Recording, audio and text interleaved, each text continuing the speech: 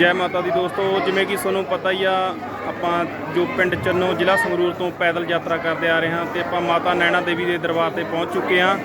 ਤੁਸੀਂ ਵੀ ਦਰਸ਼ਨ ਕਰੋ। ਆਪਾਂ ਤੁਹਾਡੇ ਨਾਲ ਵਾਅਦਾ ਕਰਿਆ ਸੀ ਕਿ ਆਪਾਂ ਲਗਾਤਾਰ ਜੋ ਵੀ ਭਗਤ ਮਾਤਾ ਦੇ ਲਗਾਤਾਰ ਦੇਖਦੇ ਰਹਿਣਗੇ ਆਪਣੇ ਵੀਡੀਓ ਨੂੰ, ਤੇ ਉਹਨਾਂ ਨੂੰ ਆਪਾਂ ਮਾਤਾ ਦੇ ਦਰਬਾਰ ਦੇ ਵਿੱਚ ਵੀ ਜਾ ਕੇ ਦਰਸ਼ਨ ਕਰਵਾਵਾਂਗੇ। ਤੁਸੀਂ ਦੇਖ ਸਕਦੇ ਹੋ ਜੋ ਅੱਗੇ ਦਰਸ਼ਨ ਹੋਣਗੇ ਮਾਤਾ ਦੇ ਦਰਬਾਰ ਦੇ ਅੰਦਰ ਦੇ, ਉਹ ਵੀ ਕਰਵਾਵਾਂਗੇ। ਤੁਸੀਂ ਦੇਖੋ, ਫਿਲਹਾਲ ਆਪਾਂ ਗੇਟ ਤੇ ਖੜੇ ਹਾਂ, ਮੇਨ ਗੇਟ ਤੇ।